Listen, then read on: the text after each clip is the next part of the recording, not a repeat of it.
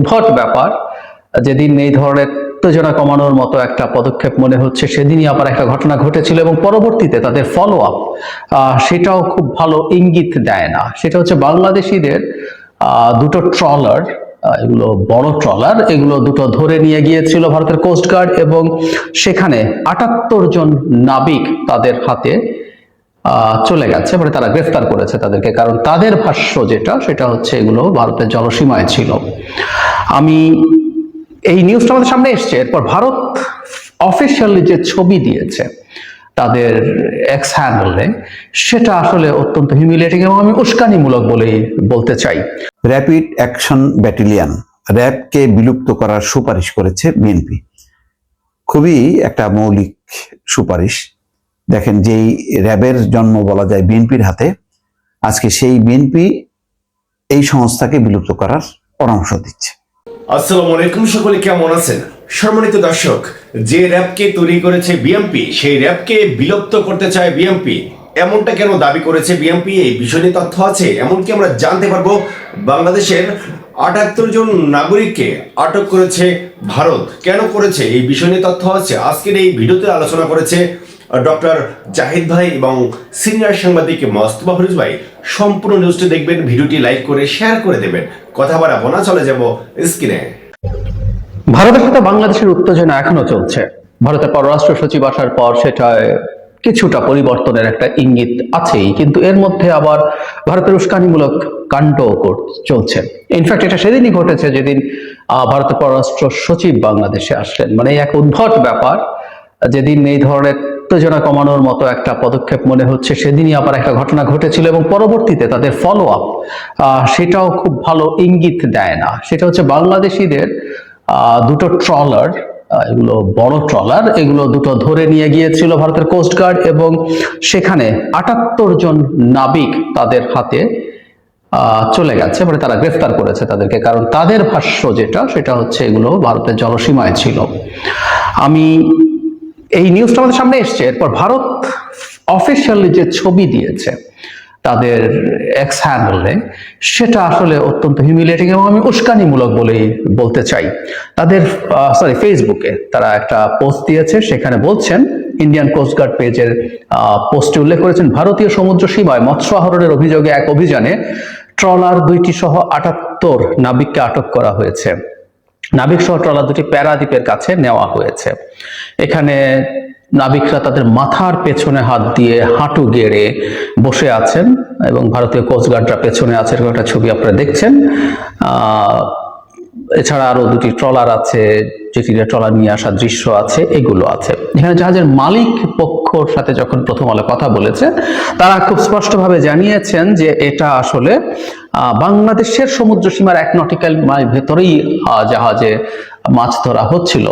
মানে আমি একটা জিনিস মনে করি, ভারত বলছে তাদের জলসীমায়, বাংলাদেশ বলছে বাংলাদেশের জলসীমায়। এটাতে যে ধরনের ট্রলার, এগুলো মেটাল বডি ট্রলার, অনেক লম্বা, অনেক বড় জাহাজ, এগুলোর যথেষ্ট ভালো নেভিগেশন যন্ত্রপাতি থাকার কথা এবং এগুলো আছে, এগুলো অকার্যকর থাকার কথা। সুতরাং আমরা ভারতীয়দের এই দাবি আমি ব্যক্তিগতভাবে সমর্থন করি না এবং বাংলাদেশের জেলেরা ভারতের জলসীমা গিয়ে মাছ ধরবে, এই ধরনের কাজ বাংলাদেশের দিক থেকে কখনো আসলে হয়নি। রাদার অনেক সময় আমরা বহু সময় দেখেছি ভারতের নাবিকরা, ভারতের ট্রলার বাংলাদেশের ভেতরে এসে মাছ ধরছে, কিন্তু ভারত এই কাজটা করেছে। এটা যে কোনো বিবেচনায় একটা উস্কানিমূলক আচরণ। আমাদের কোস্টগার্ড বলেছেন তারা যোগাযোগ করছে, তারা তাদেরকে ছাড়িয়ে আনার ব্যবস্থা করবেন। আমরা ধারণা করতে পারি এটা খুব বেশি দেরি হবে না, কিন্তু যেটা জরুরি প্রশ্ন, যদি তাত্ত্বিকভাবে বা তর্কের খাতিরে ধরেও নেই যে তারা ভারতের সীমানায় ভুলভাবে ঢুকে পড়েছিলেন, কারণ বর্ডার এরিয়াতে খুব অল্প এদিক সেদিক হলে এটা হতে পারে, এটা একটা জলসীমা, সামহাও কোনো ট্রলার কন্ট্রোল হারিয়ে ফেলতে পারে, ধরে নিলাম তাত্ত্বিকভাবে তারা সেখানে গিয়েছিল, তারা সেটা নিয়ে যোগাযোগ করা।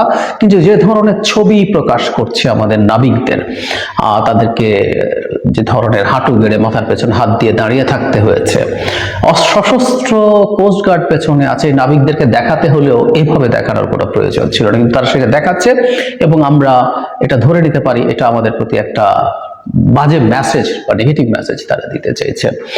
আমরা ভারতের পক্ষ থেকে মানে তারা খুব সেন্সিবল আচরণ, শতভাগ সেন্সিবল আচরণ বাংলাদেশের সাথে করবে, ওটা আসলে আমরা খুব বেশি সম্ভবত এক্সপেক্টও করি না, করার কারণ নেই, তাদের অতীত ইতিহাস তাই বলে। ফলে তারা ধারাবাহিকভাবে মানে খুব দ্রুত না হলেও মোটামুটি গতিতে তাদের যে এসকালেটরি স্টেপস মানে উত্তেজনা বাড়িয়ে দেওয়ার যে পদক্ষেপ, সেটা থেকে তারা ধীরে ধীরে বেরিয়ে আসবে এরকমই মনে হওয়ার কারণ ছিল। কিন্তু না, তারা এটা করছে, একই সাথে তারা কিছু পদক্ষেপও নেবে আমি ধারণা করি, যেগুলো আবার এই সম্পর্কটার ব্যাপারে এক ধরনের বার্তা সরকারকে দিতে চাইবে যে আমরা আসলে এখনো কমফোর্টেবল হইনি। এই ঘটনা তো আছেই, মাঝে মাঝে সীমান্তে হত্যা হবে। আমরা দেখেছি ডক্টর ইউনূস দায়িত্ব নেওয়ার পর বেশ কয়েকটা সীমান্ত হত্যা হয়েছে, আমরা খুব স্ট্রং প্রতিবাদ করেছি, কিন্তু সেটা বন্ধ হয়নি। সো সীমান্ত হত্যা কিন্তু আমি এই ঘটনার পর ধারণা করি আরো সিস্টেম্যাটিকলি চলবে। এটা মাঝে মাঝে এই ঘটনা হবে, এগুলো করে সরকারকে বার্তা দেওয়ার চেষ্টা করা হবে যে পুরোপুরি পরিস্থিতি স্বাভাবিক হয়ে ওঠেনি। এবং এটার উদ্দেশ্য খুব সিম্পল, যে ডক্টর ইউনূসকে শেখ হাসিনা হয়ে যেতে হবে তা না। ভারত আশা করি এইটুকু বাস্তবতা তারা বোঝেন যে শেখ হাসিনা ওই শেখ পরিবারের আরেকজন হওয়া ছাড়া শেখ হাসিনা আর কারো পক্ষে বাংলাদেশে হওয়া সম্ভব না। শুধু তাই না, বাংলাদেশে কেউ যদি ভোটের রাজনীতি করতে চায়, গায়ের জোরে ক্ষমতা দখল করে থাকলে একটা কথা, যদি ভোটের রাজনীতি করতে চায়, এমনকি আওয়ামী লীগও যদি কোনোদিন বাংলাদেশে ভোটের রাজনীতি করতে চায়, শেখ হাসিনা বাংলাদেশকে নিয়ে ভারতের যেভাবে দাস বানিয়েছেন সেটা করা অ্যাফোর্ড করতে পারবেন না। তো তারা নিশ্চয়ই মনে করে যে ডক্টর ইউনূস ওরকম না হলেও অন্তত তার চাওয়ার বেশ কিছু জিনিস তাকে দেবে, এই চাপ অব্যাহত রেখে সেই লেভারেজটা তারা অর্জন করতে চায়। আর আমাদের জায়গা থেকে আমরা বলি সেটা হচ্ছে এই চাপগুলো যদি সরকার কঠোরভাবে সহ্য করে, এবং আমরা জনগণ যেহেতু সরকারের পেছনে আছি এই ইস্যুতে, একটু দেরি হতে পারে। ভারতকেও আসলে তার সম্পর্ক বাংলাদেশের সাথে রিয়ালাইন করতে হবে, তাকে বাস্তবতা মেনে নিতে হবে। র্যাপিড অ্যাকশন ব্যাটালিয়ন র্যাবকে বিলুপ্ত করার সুপারিশ করেছে বিএনপি। খুবই একটা মৌলিক সুপারিশ। দেখেন, যেই র্যাবের জন্ম বলা যায় বিএনপির হাতে, আজকে সেই বিএনপি এই সংস্থাকে বিলুপ্ত করার পরামর্শ দিচ্ছে। কেন? এই কারণে যে র্যাব গঠনের সময় যেই ধরনের ইমেজ ছিল, যেই ধরনের ঘোষণা ছিল, পরবর্তীতে সেটা থাকেনি। বরং পরবর্তীতে শেখ হাসিনার সময় এই র্যাব চরমভাবে কলঙ্কিত হয়েছে। একটা নিপীড়ক বাহিনী, অত্যাচারিত বাহিনীতে পরিণত করেছিল শেখ হাসিনা, যার কারণে মার্কিন যুক্তরাষ্ট্র এই সংস্থাকে নিষেধাজ্ঞা দিয়েছিল। র্যাবের কর্মরত 7 কর্মকর্তা, বেনজির আহমেদ সহ 7 কর্মকর্তাকে নিষিদ্ধ করেছিল, এবং মার্কিন যুক্তরাষ্ট্রে প্রবেশে তারা একদম ব্লক করেছে এবং বাতিল করেছে তাদের পরিবার সহ। সেটা ওই পুলিশের আইজি চৌধুরী আব্দুল আল মামুন, তিনিও আছেন এখন কারাবন্দী। এরকম 7 জন কর্মকর্তাকে মোট, এবং র্যাব সংস্থা হিসেবে বিএনপি এটা আমি মনে করি যে সঠিক কাজ করেছে। এখন এই র্যাবকে এখন পুলিশ ঢুকানো ছাড়া বা অন্য কোনো বাহিনীর মধ্যে অন্তর্ভুক্তি করা ছাড়া আসলে কোনো উপায় নেই। তো অন্তর্বর্তী সরকার এখনো এটা সিদ্ধান্ত নেয়নি। হয়তো বিএনপির এই প্রস্তাবটা যুক্তিসঙ্গত মনে করলে তারা এটা করতে পারে। কেননা যেই সংস্থা একটা মার্কিন নিষেধাজ্ঞা পেয়েছে, যার কারণে ইমেজটা যেভাবে নষ্ট হয়েছে, এই র্যাবকে নিয়ে চলাটা খুব কঠিন। এবং এই র্যাবে কেউ আসতেও চাইবে না, যেহেতু এটা একটা নিষেধাজ্ঞা পাওয়া একটা সংস্থা। মার্কিন যুক্তরাষ্ট্র এই নিষেধাজ্ঞা তুলবে এমন কোনো সম্ভাবনাও আপাতত নেই। সুতরাং এটা বিলুপ্ত করাটাই ভালো। আমি মনে করি যে এই সুপারিশটা যৌক্তিক। খবরে বলা হচ্ছে র্যাপিড অ্যাকশন ব্যাটালিয়নকে বিলুপ্ত করার সুপারিশ করেছে বিএনপি। এরই মধ্যে পুলিশ সংস্কার কমিটির কাছে এই সুপারিশ করেছে দলটি। তারা যে সুপারিশ করেছে, পুলিশ সংস্কার বিষয়ক যে কমিশন, সেখানে এই কথা বলা হয়েছে।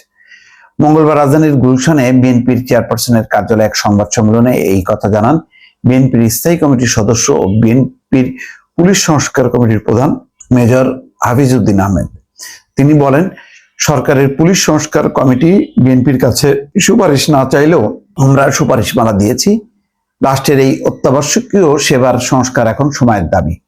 সুপারিশমালায় বিএনপি পুলিশ কমিশন গঠনের সুপারিশ করেছে বলেও জানান হাফিজ।